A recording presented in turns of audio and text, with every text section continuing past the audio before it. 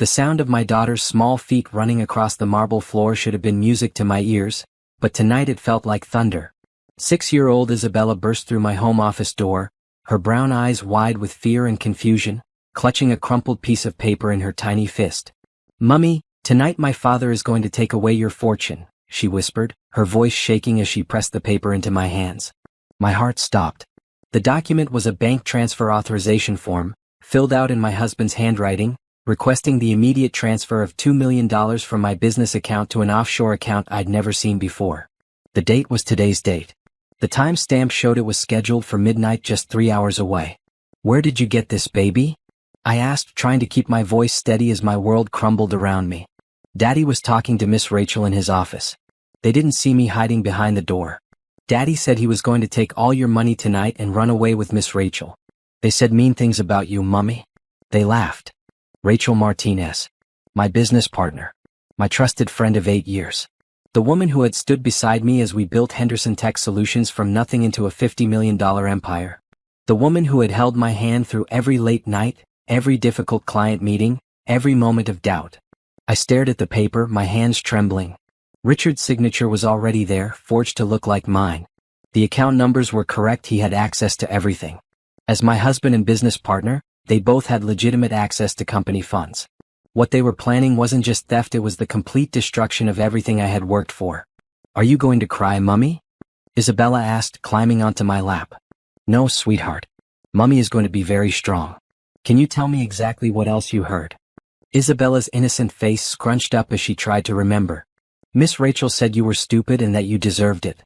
Daddy said after tonight you would have nothing left and they could be together forever. They talked about a big airplane in a place called. She struggled with the word. "Switzerland?" "Yes. They said they were going to live there and never come back. Daddy said you would be too broken to fight them." The room spun around me. 10 years of marriage. 10 years of building a life together. 10 years of trusting the man who slept beside me every night, who kissed me goodbye every morning, who told me he loved me just hours ago over dinner. I looked at my daughter's confused face and felt something cold and hard settle in my chest. Not heartbreak that would come later. This was something else entirely. This was the birth of determination. "Isabella, I need you to do something very important for me. Can you be my secret helper?" She nodded eagerly, wiping her eyes. "I need you to go to your room and pack your favorite toys and clothes in your backpack. But you have to be very quiet. Can you do that?" "Are we going on a trip?" "Maybe. But first, Mummy has some work to do. Very important work." As Isabella crept upstairs, I sat alone in my office, staring at the transfer form. The house was quiet except for the sound of Richard's voice drifting from his study down the hall. He was on the phone, probably with Rachel, probably finalizing their plans to destroy me. They thought I was stupid. They thought I was weak. They thought after tonight I would be too broken to fight back. They were wrong. I had built Henderson Tech Solutions with my bare hands, starting with nothing but a laptop and a dream. I had fought through every obstacle, every setback, every person who told me a young black woman couldn't succeed in tech. I had survived poverty, discrimination, and countless people who underestimated me. But I had never faced betrayal like this. I opened my laptop and began typing. If they wanted to play games with my fortune, they were about to discover that I knew how to play too. And I played to win. The first email went to my lawyer. The second went to my accountant. The third went to my most trusted employee, someone Richard and Rachel knew nothing about. By 9 p.m. I had made 7 phone calls and sent 15 emails. Richard thought he was taking everything from me tonight. Instead, he was about to lose everything himself. The war had begun and he didn't even know it yet. 3 hours earlier, I had been Victoria Henderson, loving wife and successful businesswoman. Now, as I sat in my office surrounded by evidence of my husband's betrayal, I was someone else entirely. Someone harder. Someone smarter.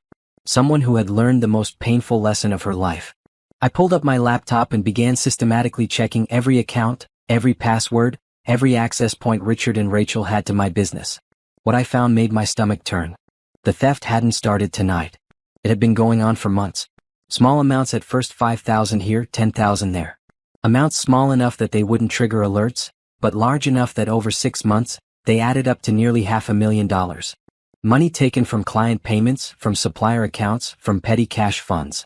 They had been stealing from me for months and I had been so busy trusting them that I never noticed. I found the offshore accounts, 3 of them, all opened in the past year. all with Rachel's signature on the applications. I found hotel receipts from their weekend business trips that I now realized were romantic getaways. I found emails between them discussing their plans, laughing about how easy I was to fool. One email made me physically sick. Victoria is so busy trying to be Superwoman that she never pays attention to the details. By the time she figures out what's happening, we'll be long gone. She deserves this for being so arrogant. She actually thinks she built this company alone.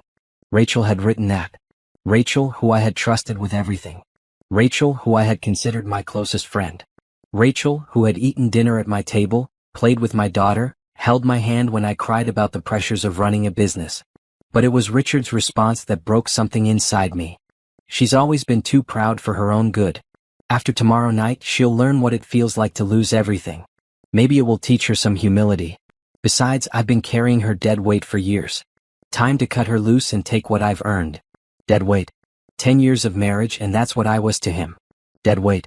I heard footsteps in the hallway and quickly closed the laptop. Richard appeared in my office doorway, wearing the same smile he'd worn at dinner, the same smile he'd worn every day for 10 years. "Working late again?" he asked, walking over to kiss my forehead. "You know you need to learn to relax." I managed to smile back, though every instinct screamed at me to slap him. "Just catching up on some client reports. You know how it is. That's my hard-working wife." He squeezed my shoulders. "I'm going to bed. Don't stay up too late." "I won't. I love you, Richard." The words tasted like poison, but I said them anyway, because I needed him to believe that nothing had changed. I needed him to think I was still the trusting, oblivious woman he thought he was married to. "I love you too, Victoria. Sweet dreams." The moment he left, I grabbed my phone and called my emergency contact at the bank. "James? It's Victoria Henderson. I need you to freeze all access to the Henderson Tech accounts immediately." "Yes, I know it's late. This is an emergency." James Chin had been my banker for 5 years. He had helped me through every expansion, every major purchase, every financial milestone. He trusted my judgment completely. "Victoria, what's wrong? You sound upset." "I've discovered that someone is planning to steal from my accounts tonight. I need everything locked down within the hour. Can you do that?" "Of course. Should I call the police?" "Not yet. I need to handle this carefully.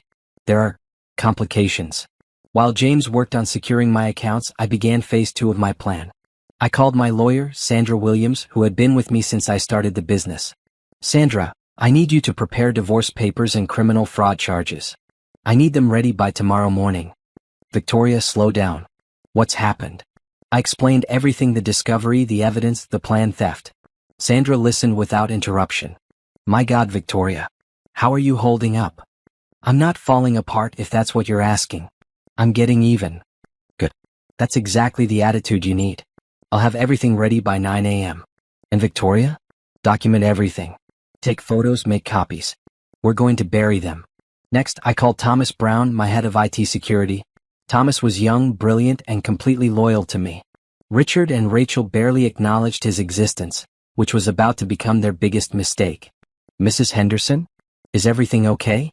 "Thomas, I need you to do something, and I need you to keep it completely confidential. Can you access all of Richard and Rachel's computer activity from the past year? Emails, file transfers, everything?" "Yes, ma'am. That's all within our security protocols."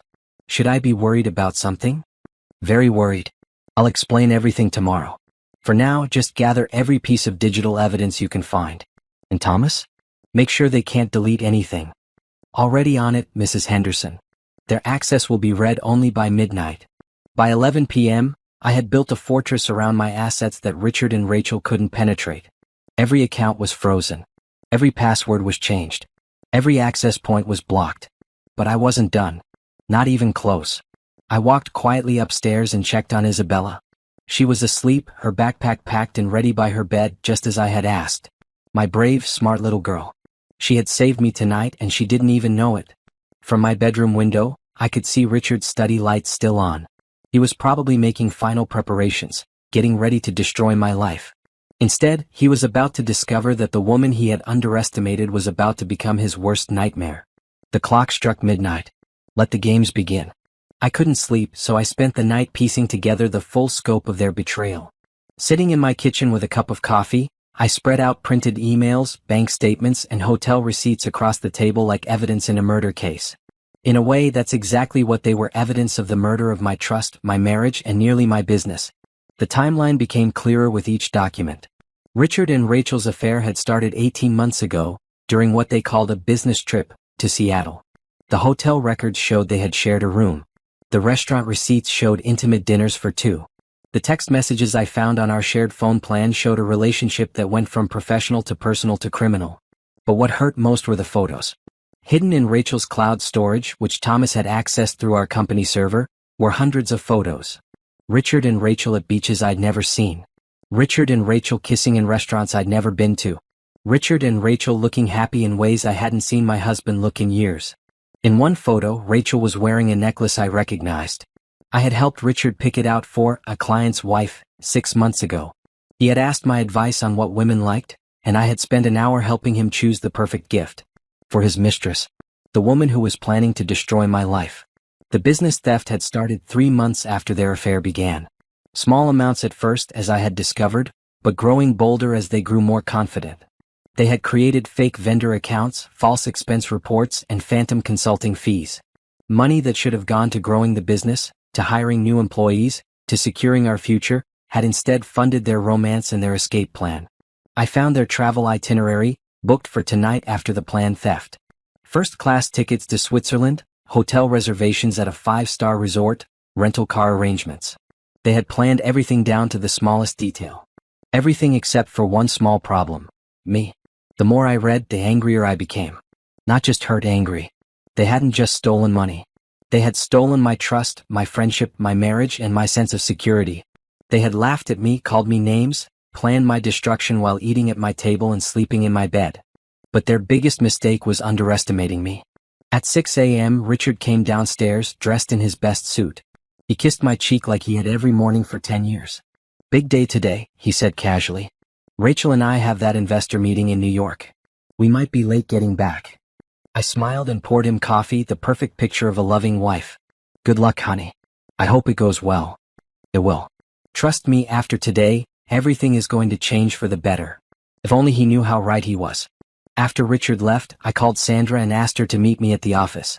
I also called Detective Harrison Miller, a friend from college who now worked in financial crimes.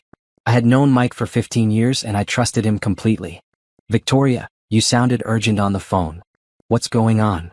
I spread the evidence across my conference table and told him everything. Mike listened carefully, taking notes and asking questions. "This is serious, Victoria. We're talking about embezzlement, fraud, conspiracy. They could face serious prison time." "Good. I want them to face serious prison time. Are you sure you want to go through with this? Once I file these charges, there's no going back. Your marriage will be over, your business partnership will be destroyed, and this will become very public." I thought about Isabella, sleeping peacefully upstairs while her father planned to destroy her future. I thought about all the employees who depended on Henderson Tech for their livelihoods. I thought about all the clients who trusted us with their business. I thought about every woman who had ever been betrayed by someone they loved. "I'm sure. They made their choice. Now I'm making mine." Mike nodded. "Then let's take them down." At 9 a.m., Sandra arrived with the divorce papers and the criminal charges, all perfectly prepared and ready to file.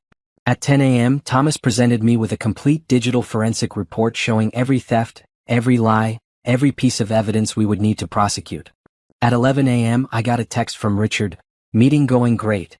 Big changes coming. Love you." At noon, I got a text from Rachel: "Victoria, you're the best friend a girl could have. Thanks for trusting me with everything." The lies came so easily to them. The deception was so natural. They had been living double lives for 18 months and they were good at it. But I was better. At 2 p.m., I received confirmation that their flight to Switzerland had been canceled due to banking irregularities. At 3 p.m., I received confirmation that all of their credit cards had been frozen pending investigation. At 4 p.m., I received confirmation that warrants had been issued for their arrest.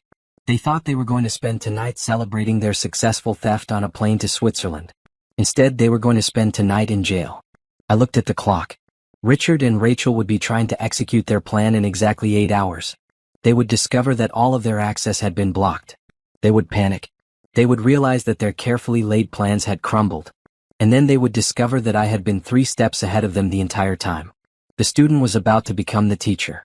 The victim was about to become the victor. And the woman they thought was too stupid to see through their lies was about to show them exactly how smart she really was.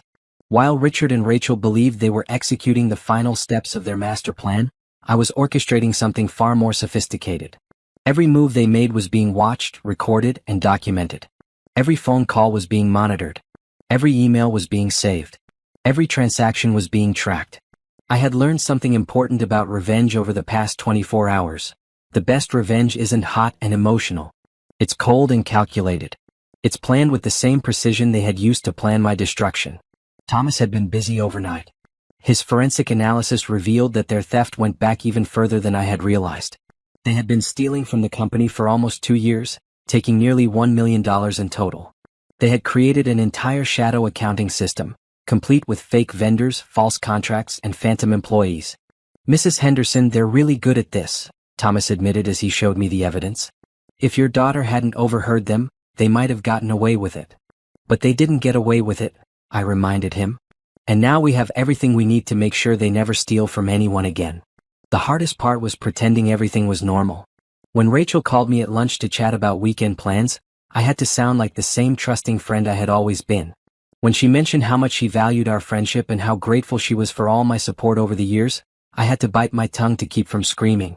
Victoria, you know you're like a sister to me, right? She said. I just want you to know how much your friendship means to me. You mean a lot to me too, Rachel. I trust you with everything. The words were true in a twisted way. I did trust her. I trusted her to be exactly as dishonest and greedy as she had proven herself to be. I trusted her to try to steal from me. I trusted her to betray me. And because I trusted her to do those things, I was ready for them. Detective Miller had been coordinating with federal agents, since the money transfers crossed state and international lines. The FBI was now involved and they were taking the case very seriously. Financial crimes like this were their specialty, and they had seen cases like mine before. The good news is that you discovered this before they could complete the theft, Agent Patricia Davis explained during our afternoon meeting. The bad news is that they've already stolen a significant amount. But with the evidence you've gathered, we can recover most of it and make sure they face appropriate consequences. How long will they go to prison? I asked. With this level of evidence? Richard is looking at 10 to 15 years. Rachel could face similar charges, plus additional penalties for violating her fiduciary duty as your business partner. They're going to prison for a long time. That evening, I cooked Richard's favorite dinner. I set the table with our best china. I even lit candles. To anyone watching, it would have looked like a romantic evening between loving spouses. This is nice, Richard said as he sat down. What's the occasion? No occasion. I just wanted to do something special for my husband. He smiled and reached across the table to hold my hand. You're amazing, Victoria. I'm so lucky to have you. I smiled back and squeezed his hand. I'm lucky too. I've learned so much about people lately. About who I can trust and who I can't. About who really cares about me and who's just pretending. Something flickered in his eyes just for a moment, but then his smile returned. That's good. Trust is important in business and in marriage. Yes, it is. Richard, can I ask you something? Of course. If someone betrayed me, really betrayed me, stole from me, lied to me, tried to destroy everything I've worked for, what do you think I should do? He was quiet for a moment and I could see him thinking. I think you should fight back. You're strong, Victoria. Stronger than most people realize. Anyone who tries to hurt you would be making a big mistake. You really think so? I know so. You're the toughest person I know. If someone tried to destroy you, they'd discover that they picked the wrong woman to mess with. I nodded thoughtfully. That's good advice. I'll remember that. After dinner, Richard went to his study to finish some work. I knew he was making final preparations for the theft. I knew he was checking accounts, confirming transfers, getting ready to steal everything I had worked for. What he didn't know was that every keystroke was being recorded. Every phone call was being monitored. Every plan was being documented for use in court. I tucked Isabella into bed and read her a story about a princess who defeated a dragon. Mommy, are you the princess in the story? She asked. Maybe I am, sweetheart. Maybe I am. What about Daddy? Is he the dragon? I kissed her forehead. Daddy is going to learn some very important lessons very soon. But don't worry about that. Mommy is going to take care of everything. At 11 p.m. I received a text from Agent Davis, Everything is in place. We'll move as soon as they attempt the transfer. At 11:30 p.m. I received a text from Detective Miller. Units are standing by. Are you ready for this? At 11:45 p.m. I received a text from Sandra. All papers are filed and ready. You're about to be a free woman. At 11:59 p.m., I sat in my office and watched the clock count down to midnight. In 60 seconds, Richard would try to transfer $2 million out of my business account. In 60 seconds he would discover that his access had been blocked.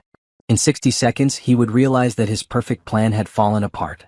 In 60 seconds, the woman he thought was too stupid to see through his lies was going to destroy his life the same way he had tried to destroy hers. The clock struck midnight. Game over. Richard's confident footsteps echoed through the house as he walked to his study at exactly midnight. I could hear him settling into his chair, turning on his computer, getting ready to steal my life's work. Through the thin walls, I could hear him actually humming as he prepared to betray me. I sat in my office with my laptop open, watching the attempted login attempts on our company server. Thomas had set up a system that would allow Richard to log in, but would block any actual transfers while recording every action he took. We wanted to catch him in the act, with no possibility of claiming it was a mistake or misunderstanding. 12:01 a.m. First login attempt successful. 12:02 a.m. Account access confirmed. 12:03 a.m. Transfer authorization page opened. 12:04 a.m. Transfer amount entered, $2 million. 12:05 a.m. Destination account entered. 12:06 a.m. Authorization attempted. 12:07 a.m. Transfer blocked, insufficient privileges. I could hear Richard's chair squeaking as he shifted uncomfortably. He tried again. 12:08 a.m. Second authorization attempted. 12:09 a.m. Transfer blocked, account restrictions active. Now I could hear him typing more aggressively. The humming had stopped. 12:10 a.m. Password reset attempted. 12:11 a.m. Password change blocked, admin privileges required. The typing became frantic. I heard him pick up his phone. "Rachel, we have a problem," he whispered urgently. "The transfer isn't working. The system is blocking me." I couldn't hear Rachel's response, but I could hear Richard's growing panic. "No, I'm using the right codes. Something's wrong with the system. No, Victoria doesn't know anything. She was asleep when I came down here. Yes, I'm sure. She made me dinner and told me she loved me 3 hours ago. There's no way she knows. Oh, Richard, if only you knew. Listen, try logging in from your computer. Maybe it's a problem with my access." "What do you mean you can't log in? What do you mean your password isn't working?" I smiled in the darkness. Rachel was about to discover that her access had been revoked at 11 p.m., right after she had sent me that text about how much our friendship meant to her. "This doesn't make sense," Richard continued. "The system was working fine yesterday. No, there weren't any updates scheduled. Victoria never mentioned any security changes." Through my laptop, I watched him try different passwords, different access points, different authorization codes. Every attempt was blocked and recorded. Every failure was documented with timestamps and screenshots. At 12:30 a.m., I heard him slam his fist on his desk. "This is impossible. Someone has locked us out of the system. Someone had. Someone very smart, very angry, and very prepared." My phone buzzed with a text from Rachel. "Victoria, are you awake? I'm having trouble accessing some files. Can you check the system?" I smiled as I typed back, "I'm asleep, but I'll check in the morning. Is it urgent?" "No, not urgent. Just some files I wanted to review." Sleep well. Such a good actress. Even now, with her world falling apart, she was still trying to maintain the lie. At 1 a.m., I heard Richard on the phone again, this time calling our bank's emergency line. I listened as he tried to convince them to process a transfer manually, claiming there was a system error. The bank, of course, refused.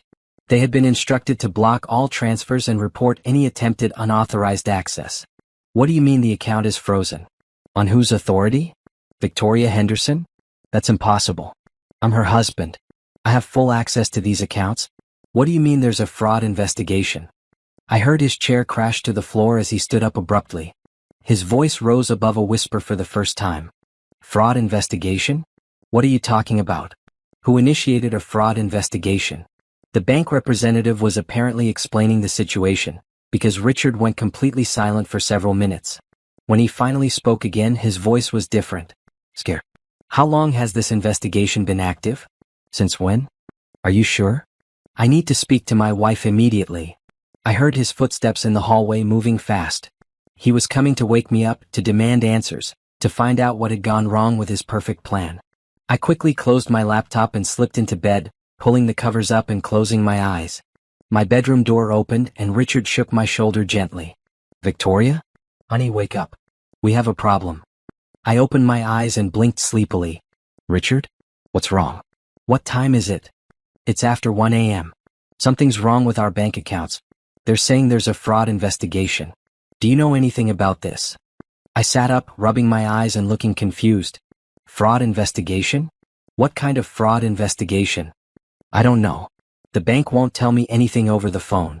They said only you can get information since you initiated it." "I didn't initiate any investigation. Why would I do that?" Richard studied my face in the dim light, looking for any sign that I was lying. I had practiced this expression in the mirror for hours, confused, concerned, completely innocent. "The bank said you called them yesterday and reported suspicious activity on our accounts." "Yesterday?" "Richard, I was in meetings all day yesterday. I never called the bank. There must be some mistake." "That's what I thought. Can you call them first thing in the morning and get this sorted out? I need to access the accounts for a business transfer." "Of course. What kind of business transfer?" He hesitated and I could see him scrambling for a believable lie. "Just some routine payments to vendors. Nothing urgent." "Okay. I'll call them as soon as they open. Try to get some sleep, honey. I'm sure it's just a misunderstanding." Richard kissed my forehead and left the room, but I could hear him pacing in his study for the next 2 hours. At 3 a.m., my phone buzzed with frantic texts from Rachel. "Victoria, something's wrong with the system. Can you check the accounts? Richard says there's a fraud investigation. Do you know what's happening? Please call me as soon as you get this." I didn't respond. Let her panic. Let them both panic. They had spent months planning my destruction, and now they were discovering what it felt like to have their own plans fall apart. At 4 a.m., I heard Richard's study door close and his footsteps on the stairs. He was finally going to bed, defeated and confused. Tomorrow he would wake up expecting me to fix the mistake with the bank. Tomorrow he would expect me to restore his access to the accounts he had been stealing from. Tomorrow he was going to discover that the woman he had underestimated was about to teach him the most expensive lesson of his life. But tonight, for just a few hours, I let them believe that this was all just a terrible mistake that would be resolved in the morning. I let them believe that I was still the trusting, oblivious wife who would fix everything for them. Because the longer they believed that, the deeper the hole they were digging for themselves. And I wanted that hole to be very, very deep.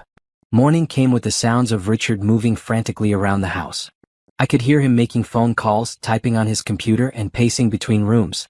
He was trying to solve a puzzle that had no solution, at least, not the solution he wanted. I made coffee and breakfast as if nothing had happened, humming the same tune I had heard him humming the night before. When he came downstairs, his hair was messy and his eyes were red from lack of sleep. "Did you sleep well?" I asked cheerfully, kissing his cheek. "Not really. I kept thinking about this bank situation. Can you call them now? They open at 8 a.m. I glanced at the clock. 7:45 a.m. Of course. Let me just finish my coffee. Victoria, this is urgent. I really need to access those accounts today." I looked at him with concern. "Richard, you seem very stressed about this. It's just a bank error. These things happen all the time. Why is one day such a big deal?" He opened his mouth to answer, then closed it. Because the truth was that he and Rachel were supposed to be on a plane to Switzerland in 12 hours, and their entire plan depended on completing the theft today. "It's just, we have that big client payment due and I don't want any delays." "Which client?" Another pause. "The Morrison account." I nodded sympathetically. There was no Morrison account. Richard was making it up on the spot and we both knew it. At exactly 8 a.m. I called the bank while Richard sat beside me, listening to every word. "Hello, this is Victoria Henderson. I'm calling about the fraud investigation on my accounts." "Yes, I'll hold."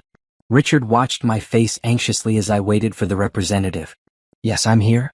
"I see. How serious is this investigation? Federal charges?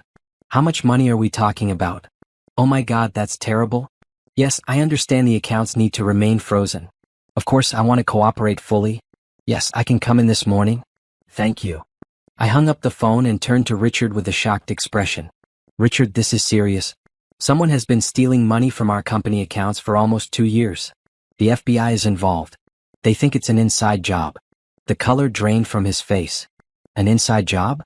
Someone with access to our systems, our passwords, our authorization codes. The bank said they've traced almost $1 million in unauthorized transfers. $1 million? His voice cracked. I have to go to the bank this morning to review the evidence. Richard, they asked me about anyone who has access to our accounts. I'll have to tell them about you and Rachel. He stood up abruptly. You can't seriously think that Rachel or I would steal from you. Of course not. But they'll want to question everyone with access, just to eliminate possibilities. It's standard procedure. Richard nodded, but I could see panic building behind his eyes. When do you have to go to the bank? In an hour. They want me to review transaction records and identify any suspicious activity. I paused for effect. Richard, I'm scared. What if we lose everything? What if whoever did this has taken money we can't recover? That won't happen, he said quickly. I'm sure the bank has insurance for this kind of thing. I hope so. I've worked so hard to build this company. If someone destroyed it... I let my voice trail off and wiped away a fake tear. Richard put his arms around me and I had to force myself not to pull away. Don't worry, honey. We'll figure this out. Everything will be okay. If only he knew that everything was already figured out, and it was definitely not going to be okay for him. My phone rang. Rachel's name appeared on the screen. I should take this, I told Richard. Maybe she has some ideas about the security breach. Victoria. Rachel's voice was tight with barely controlled panic. I've been trying to reach you all morning. Something's wrong with the company accounts. I know. Richard told me you were having trouble accessing files. It turns out someone has been stealing from us. The FBI is investigating. The FBI? Her voice went up an octave. Rachel, this is serious. They think it's someone with inside access. They're going to want to question all of us. Question us? About what? About our access to the accounts, our passwords, our transaction history. They need to eliminate us as suspects so they can focus on finding the real thief. There was a long silence on the other end. Victoria, I need to tell you something. Can we meet for lunch today? I'd love to, but I'm spending the day at the bank reviewing evidence. Rain check. This is important, Victoria. I really need to talk to you. Is everything okay? You sound upset. I'm just worried about the company, about what this investigation might mean for our business. Don't worry. The truth will come out and whoever did this will face the consequences. Justice always wins in the end. After I hung up, Richard was staring at me with an unreadable expression. What did Rachel want? She's worried about the investigation. She wanted to have lunch, but I told her I'd be at the bank all day. Maybe I should come with you. That's sweet, but the bank said they only want to meet with the primary account holder first. If they need to speak with you later, they'll schedule a separate meeting. Richard looked like he wanted to argue, but couldn't think of a good reason why he needed to be there. At 10 a.m., I left for the bank, but instead of going inside, I drove to the FBI field office where Agent Davis was waiting for me. We had planned this carefully. I needed Richard and Rachel to think I was at the bank, unaware of their crimes, while I was actually coordinating their arrest. How are they handling the pressure? Agent Davis asked. Richard barely slept. Rachel is panicking. They know something is wrong, but they still think I don't know about their theft or their affair. Good. The longer they think that, the more likely they are to make mistakes. Have they tried to contact each other? Constantly. We've been monitoring their calls. They're scrambling to figure out what went wrong, but they haven't considered the possibility that I discovered their plan. What about the money they've already stolen? Thomas traced most of it to their offshore accounts. With the evidence we have, you should be able to recover at least 80% of it. Agent Davis nodded. We'll execute the arrest warrants this afternoon. Are you sure you're ready for this? Once we arrest them, everything becomes public. I'm ready. I've been ready since the moment my daughter warned me about their plan. At noon, I returned home to find Richard pacing in the living room. His phone was in his hand and he looked like he had been making calls all morning. How did it go at the bank? He asked immediately. Terrible. The evidence is overwhelming. Whoever did this was very sophisticated. They created fake vendor accounts, false expense reports, phantom consulting fees. The FBI agent said it was one of the most elaborate schemes they'd seen. Did they show you the evidence? Some of it. Bank transfer records, forged signatures, altered documents. Richard, the person who did this, had complete access to our systems. They knew all our passwords, all our procedures, all our security protocols. I watched his face carefully as I spoke. He was trying to look concerned, but I could see the fear growing in his eyes. Did they say when they think this started? About 18 months ago. Small amounts at first, then larger and larger thefts. The agent said the thief was probably planning one final big score before disappearing. Richard went very still. Disappearing? The FBI thinks whoever did this was planning to steal everything and flee the country. They found evidence of offshore accounts and travel arrangements. What kind of travel arrangements? Flights to Switzerland, hotel reservations, rental cars. The whole thing was planned out. Richard sat down heavily on the couch. When were these flights supposed to leave? Tonight. I sat down beside him and took his hand. Can you believe it? Tonight. If the bank hadn't caught this when they did, we might have lost everything. Richard's hand was shaking in mine. Tonight, he repeated quietly. The FBI agent said we were very lucky. One more day and the thief would have succeeded completely. Lucky, he whispered. I squeezed his hand. Richard, are you okay? You look pale. I'm just shocked. I can't believe someone would do this to us. I know. It's hard to accept that someone we trusted could betray us like this. But the important thing is that we caught them before they could destroy everything. My phone buzzed with a text from Agent Davis. Arrest warrants signed. Moving in at 3 p.m. I glanced at the clock. 2:30 p.m. Richard, I need to run to the office for a few minutes. The FBI wants me to check some files. I'll come with you. No, you should stay here with Isabella. She's been asking questions about why Mommy and Daddy seem upset. Maybe you could spend some time with her? Richard nodded absently. He was clearly trying to figure out his next move, trying to find a way out of the trap that was closing around him. But there was no way out. The trap was already closed. As I drove to the office, I thought about Isabella's innocent face when she had warned me about her father's plans. She had saved us both and she didn't even know it. At 3 p.m., I was sitting in my office when Agent Davis called. It's done. We have them both in custody. Both of them? Rachel was at her apartment trying to book flights out of the country. Richard was at home attempting to access your accounts from his personal computer. They're both being charged with conspiracy, fraud, embezzlement, and money laundering. I closed my eyes and felt a weight lift from my shoulders that I hadn't even realized was there. What happens now? Now you get your life back, Mrs. Henderson. And they face justice for what they've done. Justice. It was a beautiful word. The phone call came at 3:47 p.m. I was sitting in my office, pretending to work while actually watching the news for any reports about the arrests. When my phone rang and Richard's name appeared on the screen, I knew it was over. Victoria. His voice was hollow, defeated. I need you to come to the police station. The police station? Richard, what's wrong? Are you hurt? I've been arrested. So has Rachel. They're saying we stole money from the company. I made my voice sound shocked and confused. Arrested? That's impossible. There must be some mistake. Victoria, listen to me carefully. Don't say anything to anyone until you talk to a lawyer. Don't answer any questions. Don't sign anything. Do you understand? Richard, you're scaring me. What's happening? Just get a lawyer and come down here. We need to talk. The line went dead. I sat in my office for a moment, processing the fact that it was finally over. After months of planning, after days of pretending, after years of being betrayed, justice was finally being served. But I wasn't ready to go to the police station yet. I had one more stop to make first. I drove home and found Isabella playing in her room, completely unaware that her world had just changed forever. She looked up when I entered, her innocent brown eyes bright with curiosity. Mommy, where's Daddy? He was acting very strange today. I sat down on her bed and pulled her into my lap. Sweetheart, Daddy has done some things that were wrong and he's in trouble with the police. What kind of trouble? He took money that didn't belong to him. And he lied to Mommy about it. Isabella was quiet for a moment, processing this information with the surprising wisdom that children sometimes possess. Is that why you were sad yesterday? When I told you about Daddy's plan?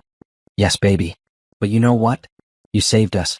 By telling Mommy what you heard, you helped us stop Daddy from doing something even worse. Will Daddy come home? I hesitated. How do you explain to a 6-year-old that her father is going to prison? How do you tell her that the man she loves has betrayed everyone who trusted him? Daddy is going to be away for a while.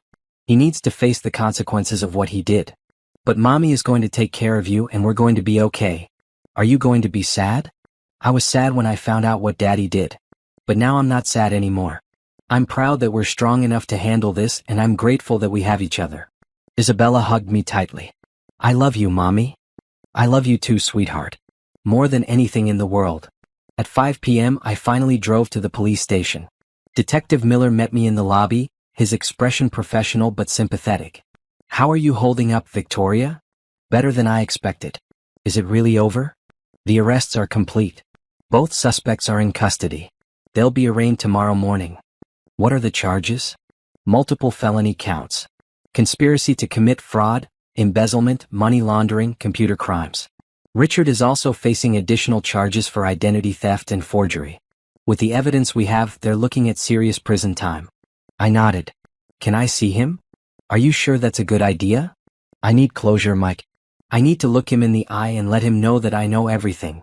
Detective Miller led me to a small conference room where Richard was sitting with a court-appointed lawyer.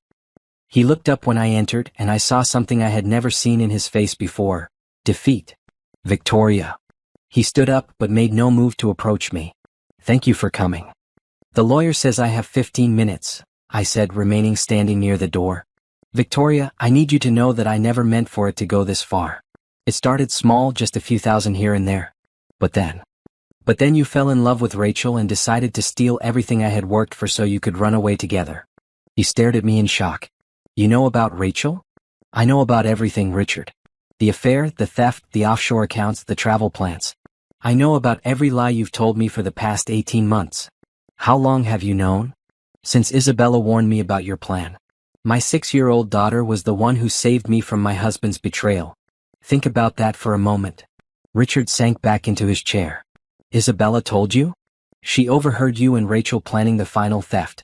She came to me with the bank transfer form, asking why her daddy was going to take away Mommy's fortune." "My God.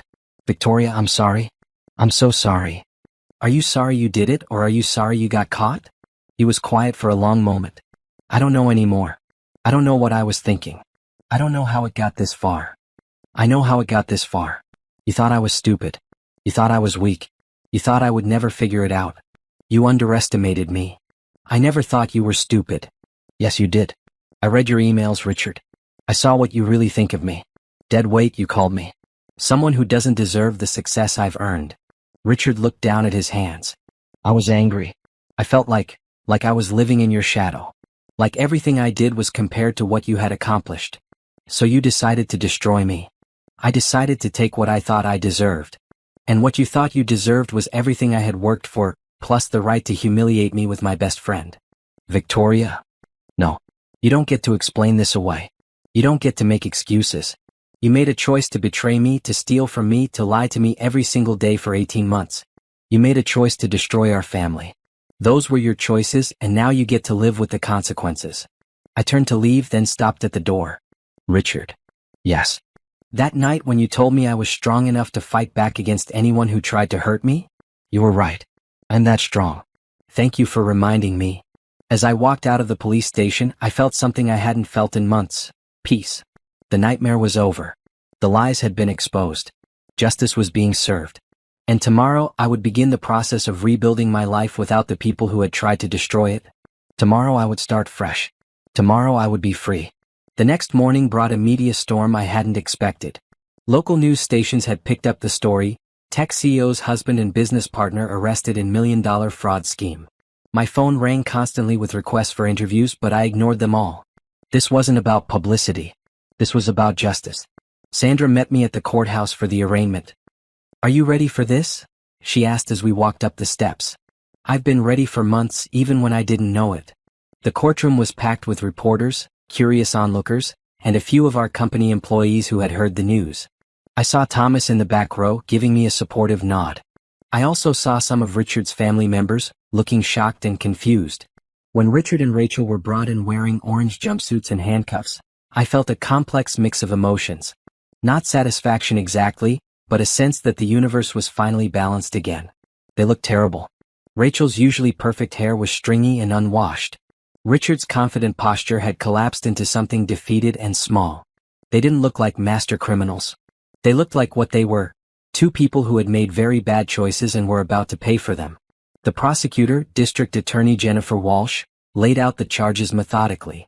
"Your Honor, the defendants engaged in a sophisticated scheme to defraud Henderson Tech Solutions of approximately $1.2 million over an 18-month period. They created false vendor accounts, submitted fraudulent expense reports, and forged authorization documents. Additionally, they planned to steal an additional $2 million on the night of their arrest, with the intention of fleeing to Switzerland. Richard's lawyer tried to argue for reasonable bail, but DA Walsh countered effectively. These defendants were literally planning to leave the country when they were arrested. They have offshore accounts, forged travel documents, and have shown a pattern of sophisticated deception over many months. They are significant flight risks. The judge agreed. Bail is denied. The defendants will remain in custody pending trial. I watched Richard's face when the judge spoke those words. The reality of his situation was finally sinking in. This wasn't a mistake that could be fixed with explanations or excuses. This was the real consequence of real crimes. After the arraignment, DA Walsh approached me in the hallway. "Mrs. Henderson, I want you to know that we're taking this case very seriously. With the evidence you've provided, we expect to secure convictions on all charges." "What kind of sentences are we looking at?" For the amount of money involved and the sophistication of the scheme, Richard could face 15-20 years in federal prison. Rachel, as your business partner, violated her fiduciary duty, which carries additional penalties. She's looking at 10-15 years. I nodded. Those numbers felt abstract right now, but I knew they represented justice for what had been done to me. What about the money they stole? We've frozen all of their offshore accounts. We should be able to recover about 85% of what was taken. The rest may be tied up in legal proceedings, but you'll get most of it back. That evening, I sat in my office reviewing the financial damage more carefully. Thomas had prepared a complete analysis of what had been stolen and when. The pattern was clear. Small amounts at first, growing larger as they became more confident. But what struck me most was how careful they had been to steal amounts that wouldn't trigger automatic alerts. They had studied my business, learned my habits, identified my blind spots. This wasn't a crime of passion. This was a calculated, long-term plan to destroy me. My phone rang. It was Rachel's mother, Mrs. Martinez. "Victoria, I don't know what to say. I'm so ashamed of what Rachel did to you. Mrs. Martinez, you don't need to apologize for Rachel's choices. She was like a different person when she talked about the business. Always complaining about being in your shadow, about not getting enough credit. I told her she should be grateful to have such a successful partner, but she wouldn't listen. I'm sorry this happened to your family too. What Rachel did was wrong. Completely wrong. But Victoria, she's still my daughter. Is there any way, any possibility of working something out without prison?" I was quiet for a moment. A year ago, I might have considered it. I might have been willing to work out some kind of private settlement to avoid destroying Rachel's life completely. But that was before I knew about the affair. Before I knew about the emails where they laughed at me. Before I knew about the 18 months of lies and theft. Before I knew that they had planned to leave me with nothing while they lived happily ever after on my stolen money. Mrs. Martinez, Rachel didn't just steal money from me. She stole my trust, my friendship, and my sense of security. She laughed at me while she planned my destruction. There are consequences for choices like that. I understand. I just had to ask. After I hung up, I felt the weight of what I had set in motion. 2 people were going to prison because of decisions I had made. 2 families were being destroyed. Children would grow up without parents. But then I thought about Isabella, and how close she had come to growing up without her college fund, without her home, without the security I had worked so hard to provide. I thought about my employees who depended on Henderson Tech for their livelihoods. I thought about my clients who trusted us with their business. Richard and Rachel had made their choices knowing the potential consequences. They had chosen to steal. They had chosen to lie. They had chosen to betray everyone who trusted them. I had simply chosen to stop them. The next few weeks passed in a blur of legal meetings, media interviews, and business recovery efforts. The story had attracted national attention, partly because of the amount of money involved, but mostly because of the family drama. "Wife outsmarts husband's theft plot" was the headline that seemed to stick. I gave one interview to a business magazine that wanted to focus on the lessons for other entrepreneurs. "Trust is essential in business," I told the reporter. "But verification is equally important. I learned that the hard way." What advice would you give to other business owners? Pay attention to the details. Watch for patterns. And remember that the people closest to you have the most access to hurt you. Don't be paranoid, but don't be naive either. Do you think you'll ever be able to trust a business partner again? I think I'll be smarter about how I structure those relationships. Trust but verify. Always verify. 3 months after the arrest, Rachel's lawyer contacted Sandra about a plea deal. Rachel was willing to plead guilty to reduced charges in exchange for cooperating with the prosecution against Richard. What do you think? Sandra asked me. What would she get with a plea deal? Probably 5-7 years instead of 10-15. And she'd have to pay full restitution. I thought about it for a day before giving my answer. No deal. They planned this together. They should face the consequences together. Are you sure? A plea deal would guarantee a conviction and save you from having to testify at trial. I want to testify. I want to look them in the eye and tell the world exactly what they did. I want there to be no doubt about who the victim was and who the criminals were. Sandra smiled. Then we go to trial. The trial was scheduled for 6 months away. In the meantime, I had a business to rebuild and a daughter to raise. And for the first time in 18 months, I could do both without worrying about who was betraying me. 6 months later, I walked into the federal courthouse wearing my best business suit and my mother's pearl necklace. The trial had been front-page news for weeks, and the courtroom was packed with reporters, legal observers, and curious members of the public. Richard and Rachel sat at the defendant's table, looking older and more worn than they had at the arraignment. Prison had not been kind to either of them. They refused to make eye contact with me as I took my seat in the witness section. The prosecution's case was methodical and devastating. D.A. Walsh presented bank records, email evidence, security footage, and digital forensics that painted a clear picture of an elaborate conspiracy to defraud me and my company. Thomas testified about the computer crimes, Detective Miller testified about the investigation, and Agent Davis testified about the federal charges. But the most damaging testimony came from their own digital communications. The jury heard Richard's emails calling me dead weight and saying I deserved to lose everything. They heard Rachel's messages about how arrogant I was and how easy I was to fool. They saw the hotel receipts, the travel plans, the offshore account statements. When it was my turn to testify, I told the truth. All of it. Mrs. Henderson, De Walsh began, how long were you married to the defendant Richard Coleman? 10 years. And how long was Rachel Martinez your business partner? 8 years. I trusted her completely. She was like a sister to me. When did you first discover their theft? When my 6-year-old daughter came to me with a bank transfer form she had found. She had overheard them planning to steal $2 million that night and flee the country. A murmur went through the courtroom. The image of a child warning her mother about her father's crimes was powerful and heartbreaking. How did you feel when you realized what they had done? Devastated. Not just because of the money but because of the betrayal. These were the two people I trusted most in the world.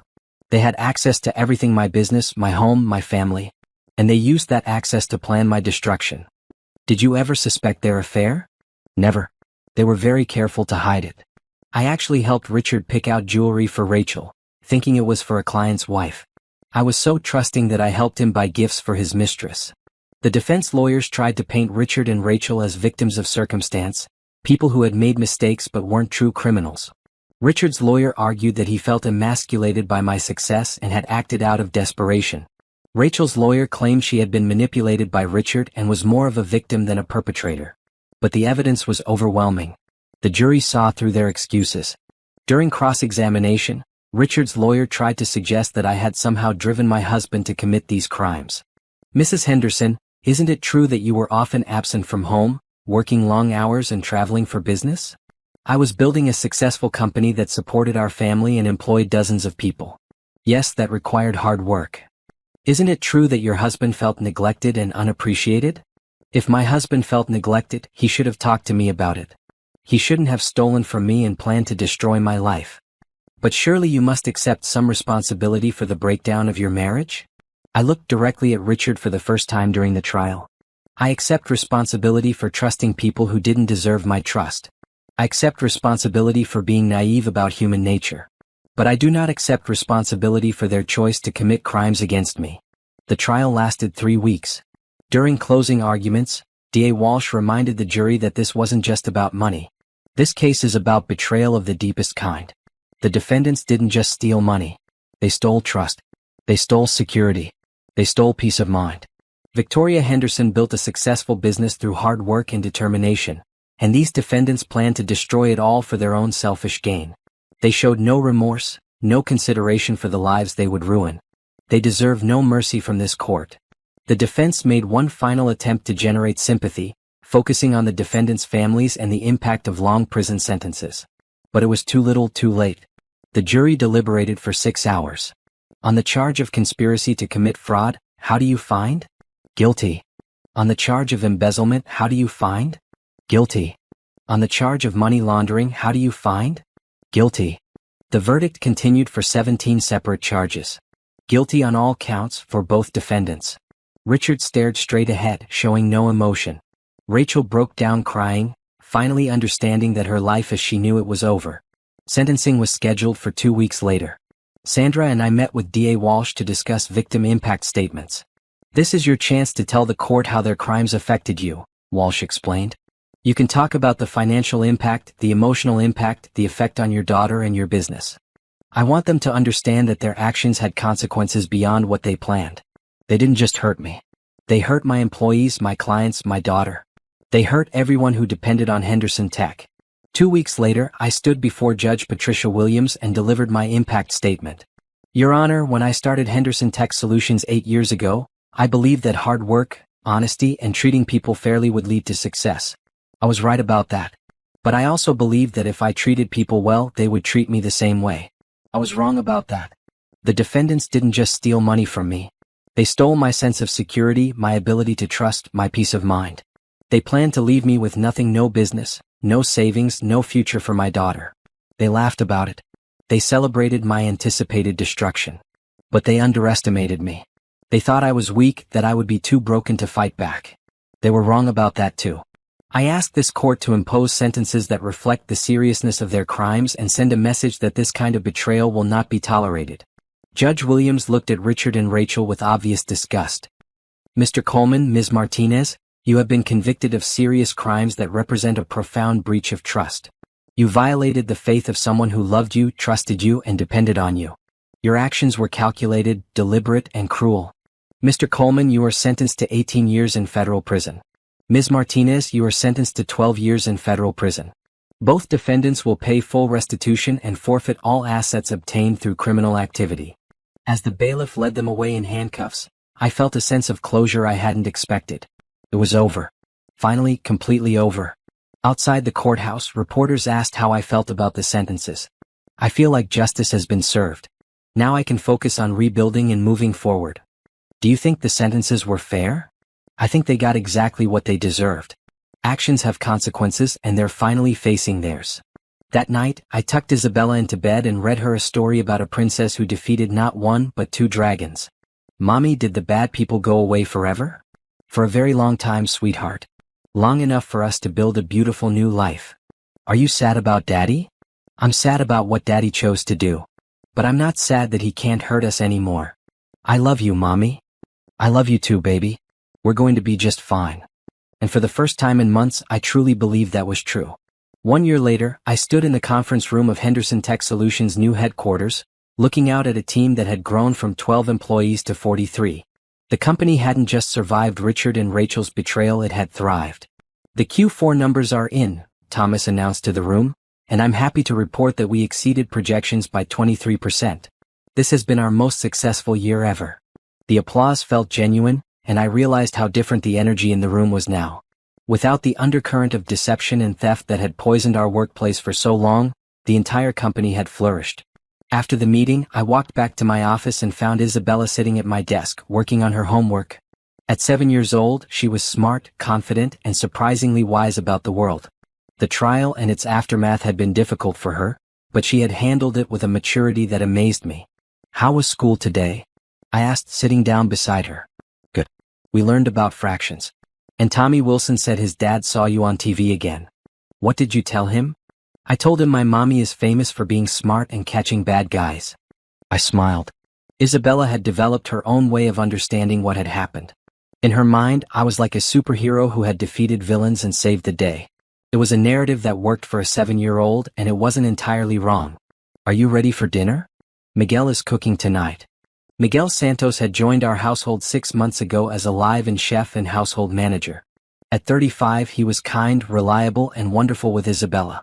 He was also handsome, funny, and had gradually become much more than an employee. Our relationship had developed slowly and carefully. After everything I had been through, I was cautious about trusting anyone romantically. But Miguel had proven himself to be exactly who he appeared to be: honest, supportive, and genuinely caring about both Isabella and me. Is Miguel making his special pasta? Isabella asked eagerly. I believe so.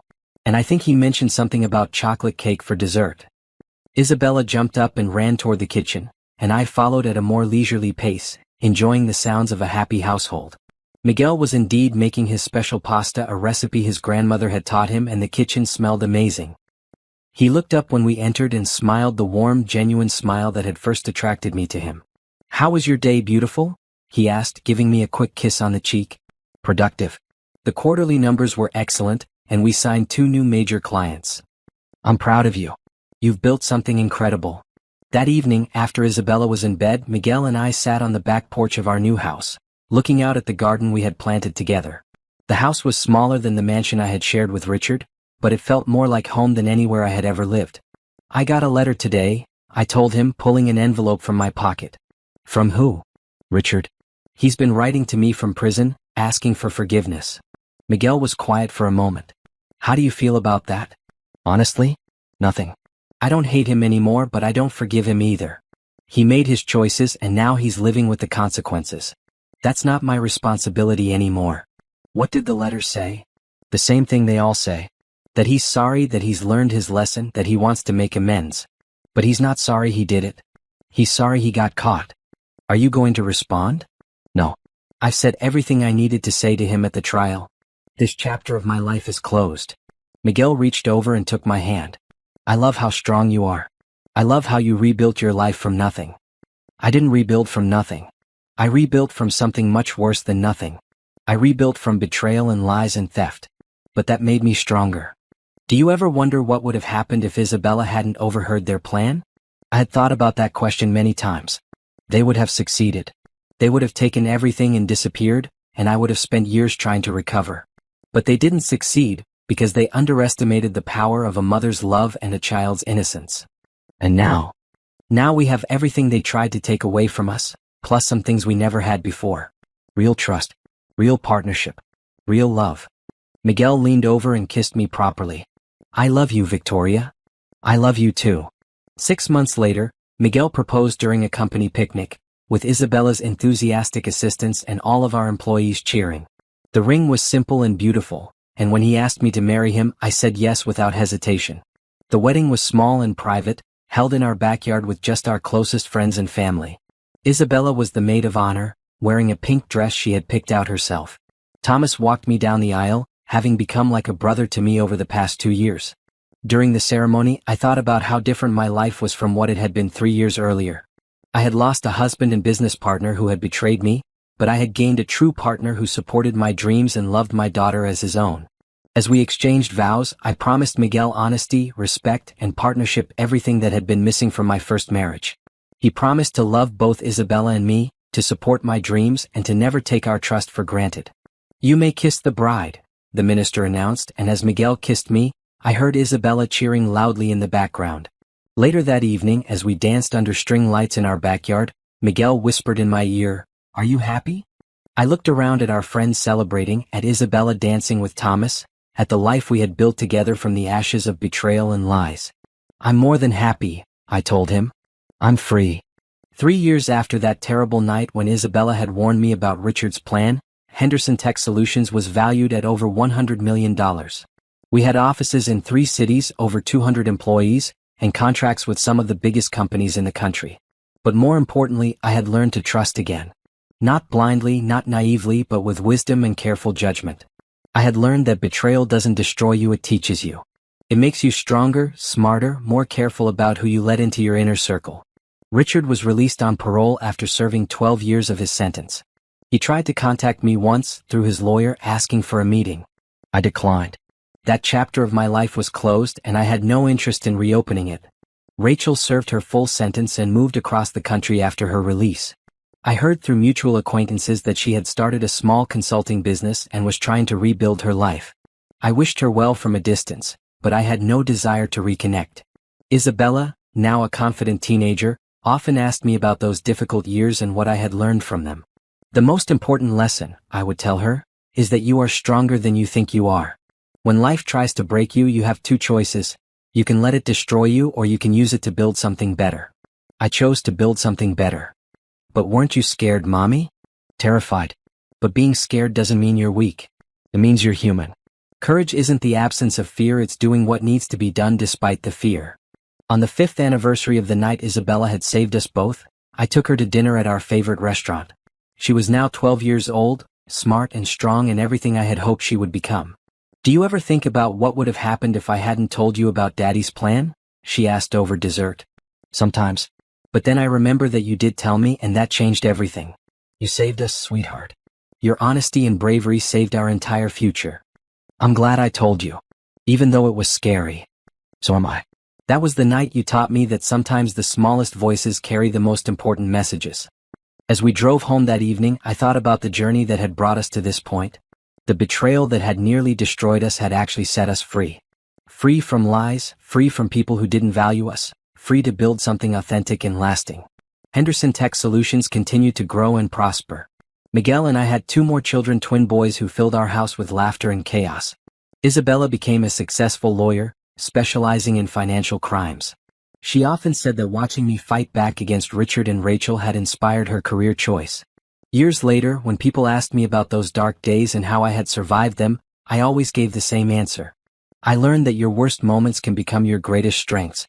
The people who try to destroy you often end up teaching you how powerful you really are. But most importantly, I learned that love and truth will always defeat lies and betrayal, as long as you're brave enough to fight for them. The little girl who had whispered a warning about her father's plans had grown up to understand that sometimes the most important thing you can do is tell the truth, even when it's scary. Especially when it's scary.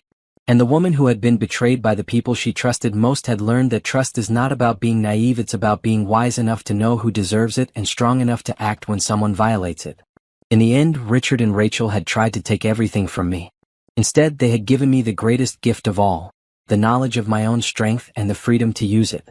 The story that began with a whispered warning from a frightened child had become a testament to the power of truth, the importance of courage, and the unbreakable bond between a mother and daughter who had saved each other. And they all lived happily ever after, not because life was perfect, but because they had learned to face its imperfections with wisdom, strength, and love.